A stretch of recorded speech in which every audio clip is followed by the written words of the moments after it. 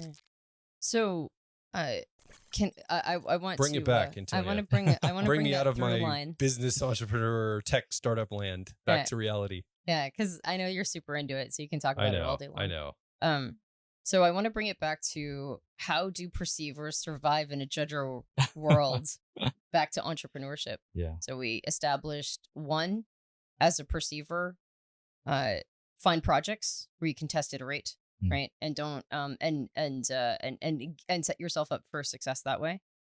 Try not to resent that reality is set up in an extroverted judging way, because that's how, that's kind of the point of both of those functions, extroverted feeling and extroverted thinking, is to manage the world and set it up. And knowing that it's not necessarily your playground, try not to resent it, right? That it doesn't have an immediate spot for you, just, that you can plug and play. But you can maybe understand that push-pull relationship you have with those functions is maybe something you can leverage for yourself, maybe something that you can learn something about yourself in this context, as opposed to resenting it.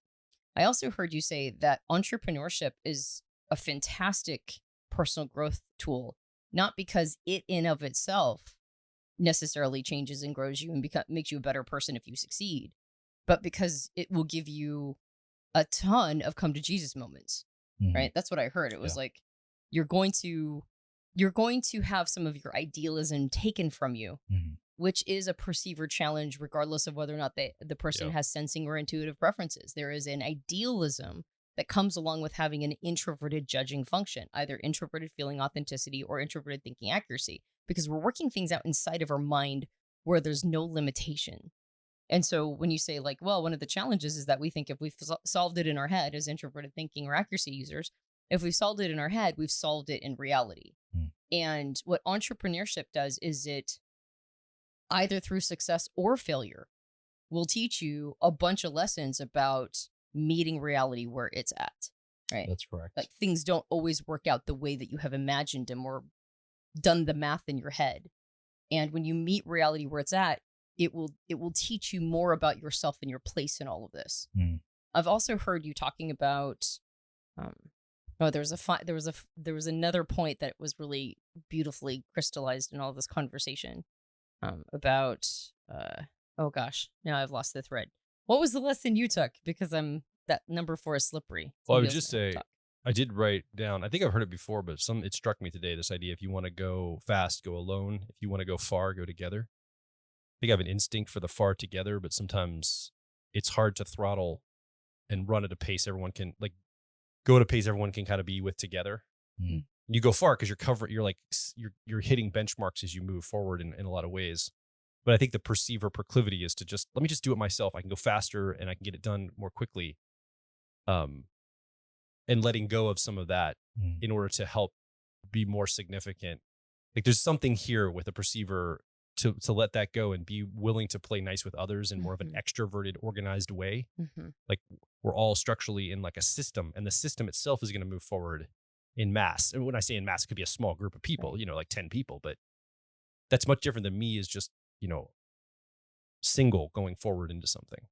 Thank you, because I remember the next piece, which was maybe see these opportunities to interface with the outside world as ways to build skill, not necessarily always have to be on some sort of very specific purpose, but maybe give yourself permission to pursue things that are interesting to you, to build skill in those things. Well, and what skill gives you is it gives you a base to pull to be resourceful. We talk about, like, when you're starting something and you're trying to make something happen in the world, whether it's a business or just a project or some social thing, resourcefulness. We're talking about be resourceful, resourcefulness. It's like, what does that mean? Like, I think of like resource, like money, wealth, like raw material.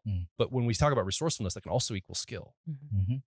Yeah. Skill gives you, if you develop a few really good skills and you can become better than the average person around you, it gives you the optionality to step into and out of the extroverted judging world. Yes. Whereas if you don't really provide a lot of skill, you're kind of swept into this, sit at the desk 9 to 5 or whatever it is. There's a saying that you only need 3 things to survive in a workplace: be liked by others, do good work, and show up on time. Yeah. Reality is you can show up you can get away with 2. So if you just do good work, and maybe this is my TI frame, but if you do good work, you can then create space for the other needs that aren't compatible with a typical 9 to 5 world. Meaning, if I do my job really well, my boss might not care if I leave early, every once in a while, so I can go pick up my dog or whatever it is. And so I do want to hit on one more thing. Absolutely. I don't know if we're about to. Well, we can wrap up after this. Yeah. I just want to make sure we have the through line of like, okay, so for those of you perceivers who are watching it, to go tell me how to survive in this extroverted, judging world. Yeah. The last thing I want to talk about is this idea that you said, well, it's not really based on type; it's based on privilege. So if we're in a system that privileges some people and not others, well, how do you overcome that? How do you fight a system that's set up to, I don't know, it's set up to cause failure for the majority of people? Let me get more specific. Someone's watching or listening right now going, yeah, Darren, you're right. I don't have privilege, so I shouldn't even try, because you said that's the factor that's going to make it more likely for success than anyone else. So you confirmed to me that I shouldn't even attempt because I don't feel like I've got the same privileges as other people. So I'm just not going to do it. Like, you're not saying, I mean, speak to that. Or you're not saying that, right? No. I think what I'm saying is self-awareness if you double down on self-awareness, that's how you can be at the same playing field as those with privilege. Ooh. And so if you can play to your own strengths and cover your blind spots, you'll be at the same place that those with privilege use that privilege to do the same thing. They just have the resource to spend to do that. But you can do it on your own with enough work. And if you get to that point, you're actually at an advantage, because now you have the momentum of self-growth, which you're going to need. And those with privilege, they're going to hit the wall at some point. It's just going to have a lot more pressure on them, a lot more on the line. And they might, it might be a bigger collapse. Yeah. Yeah. I think there is something to be said for being scrappy. Absolutely. I think we undervalue scrappiness. Like I think we have communicated to people, at least younger generations than myself, that there's a straight line to all of these things. And the way that you get to your result, your end game, the thing you want, is by following all the rules of this straight line. And I mean, I'm a little older, so one of the privileges I have is that I grew up in a time period that wasn't so insistent that everything was a straight line. The system wasn't gobbling humans up and spitting them out if they didn't go in that, straight line as much as it kind of does now. And yet, my path has been very winding, and I got to where I'm at right now, which is, we're in a startup, right? I mean, we've been doing personality hacking for the last 10 years. Can you have a 10-year startup? Yeah. Is that possible? To just be in a perpetual startup environment? Yeah, I think because it still feels like we're there. You can have the resisted mindset. You can have the mindset for 10 years. Yeah. I really resisted the idea that we were still a startup, but we were a small company. We've never gotten any funding or any sort of investment. Everything we did was bootstrapped up. Yeah, basically. A little bit of subsidy when we first started out, first started out, but not by any investor.